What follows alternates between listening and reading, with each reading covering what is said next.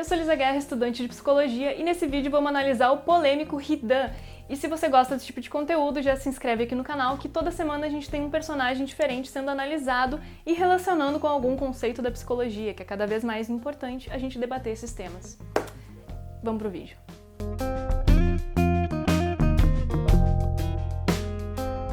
Esse vídeo foi escolhido por vocês numa enquete lá no meu Instagram, então se você quer escolher e até mesmo saber com antecedência os vídeos que vão rolar aqui no canal, é só nos seguir por lá, @lisaguerra. Então, o Hidan nasceu na Vila Oculta das Fontes Termais, uma vila que era conhecida por ser bem pacífica.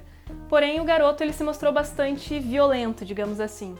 Ele era adepto ao Jashinismo, uma religião que prega destruição e morte a quem não é fiel ao deus Jashin, por meio de um ritual aí que concede imortalidade aos seus seguidores fiéis. Background muito robusto assim sobre o passado do personagem, afinal ele tem pouquíssimo tempo de tela, mas eu acredito que mesmo assim a gente consiga tirar boas reflexões a respeito do comportamento e da vida dele. O fanatismo, ele é um estado psíquico de devoção cega, ou seja, uma pessoa que defende cegamente as suas crenças, opiniões, ideologias e assume que a sua verdade é a única e o resto está equivocado.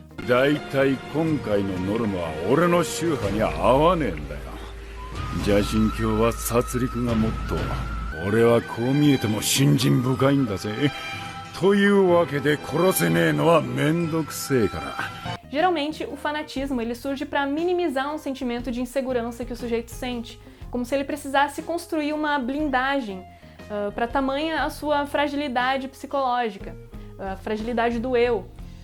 Antes de entrar mais a fundo nesses temas e nessas problemáticas, eu quero deixar bem claro que o problema não é ter uma causa ou uma religião ou uma ideologia, mas sim a forma com que os fanáticos defendem ou impõem elas para cima das outras pessoas, como se os outros não pudessem ter uma escolha. Portanto, eu não estou falando de nenhuma religião específica, nenhuma ideologia específica. O intuito desse vídeo não é defender, não é ofender ninguém, mas sim chamar a atenção daqueles que ultrapassam os limites e interferem na liberdade alheia.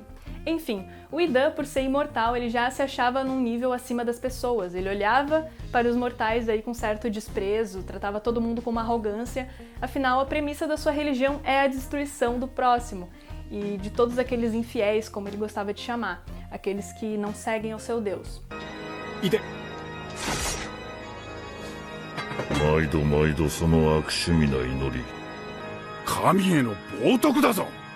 O fanatismo é algo irracional e persistente, como uma deturpação da realidade, e ele pode ser visto como uma grande fragilidade para que as pessoas da sociedade sejam manipuladas, difamadas, para que surjam mais fake news, entre outros.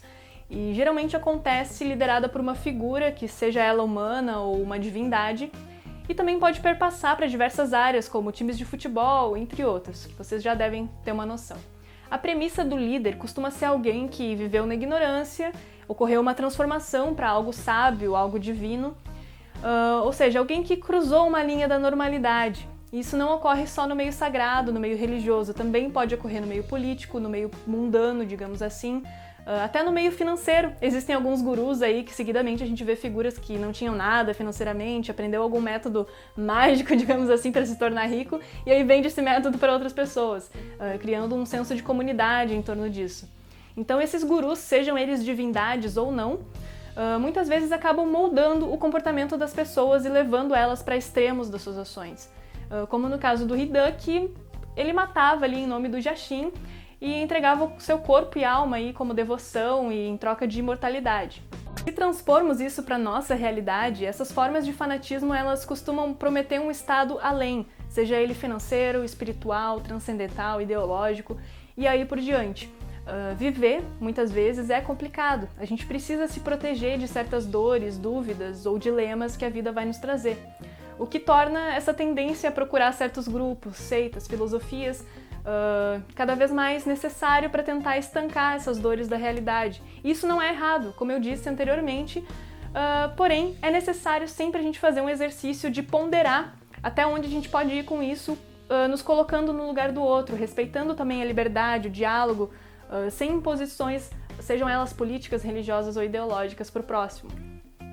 A gente vê diversos países atacando pessoas que pensam diferente de sua religião ou ideologia, e basta a gente olhar também para o passado turbulento de algumas instituições religiosas para a gente perceber que o fanatismo é algo presente há séculos na humanidade. e agora ele é potencializado com as redes sociais. Quando a gente consome um conteúdo relacionado a algum grupo ou alguma organização, a gente entra meio que num loop infinito ali de mais e mais conteúdos sobre tais grupos que de forma acaba fazendo a gente ficar imerso aquilo e acreditando que aquela visão daquele grupo é a única correta e a única que condiz com a realidade. E os outros que discordam acabam virando vilões e ameaçam ser, exterminados.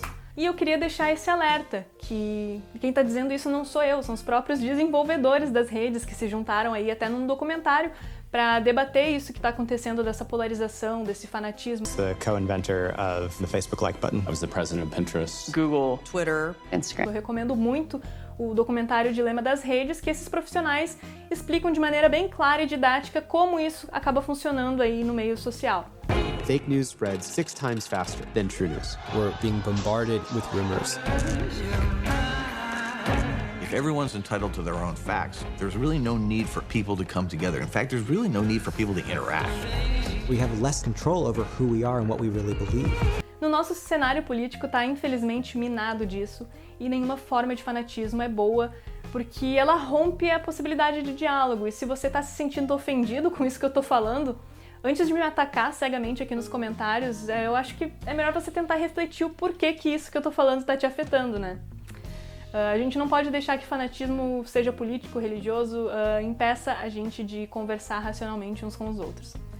Enfim, por mais que o Hidan seja um personagem muito interessante e carismático, não é bacana a gente ser como ele. O próprio fato dele ser imortal faz com que ele não dê tanto valor para as coisas mundanas, como em diversas cenas com o Kakuzu, onde ele não se importa com o horário, ou então ele não se importa com o dinheiro que eles ganhariam lá nos postos de troca, enfim. Oi, 金儲けが狙いじゃねえだろうな。そんなんで坊主やると地獄へ落ちるぜ。だがこっちの手話じゃそうはいかねえ。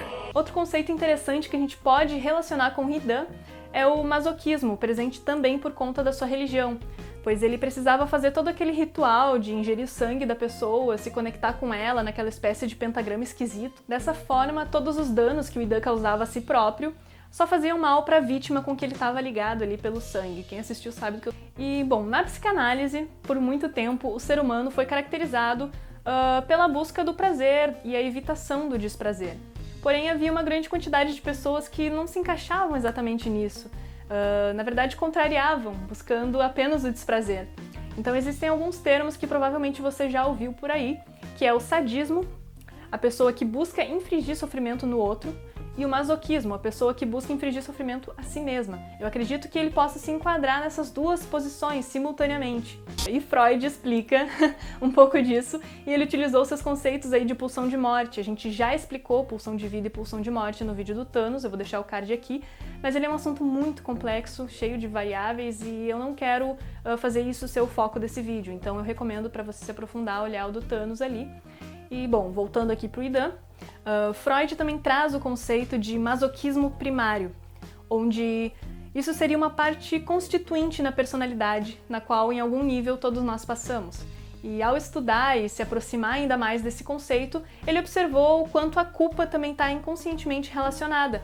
Resumindo de uma forma mais simples e clara, inconscientemente o sujeito culpa a si mesmo e ele entra numa vibe aí de punição a si mesmo, sempre em algum nível.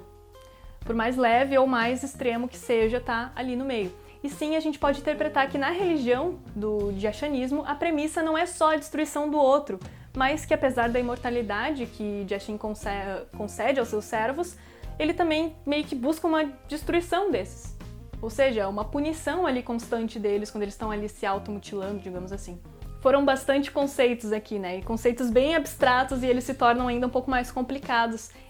Se você quer aprofundar ainda mais, eu vou deixar links aqui de artigos aqui na descrição, materiais de apoio, porque a psicanálise ela costuma ser bem abstrata, então eu recomendo dar uma lidinha neles. Eu espero que eu tenha conseguido resumir bem aqui nesse vídeo. E se você tá comigo até agora, deixa o seu like. Muito obrigada por estar aí assistindo o canal e apoiando sempre. Se você gosta desse tipo de conteúdo, já se inscreve aqui no canal, que toda semana a gente tem um personagem diferente. Obrigada pela atenção de sempre. Tchau!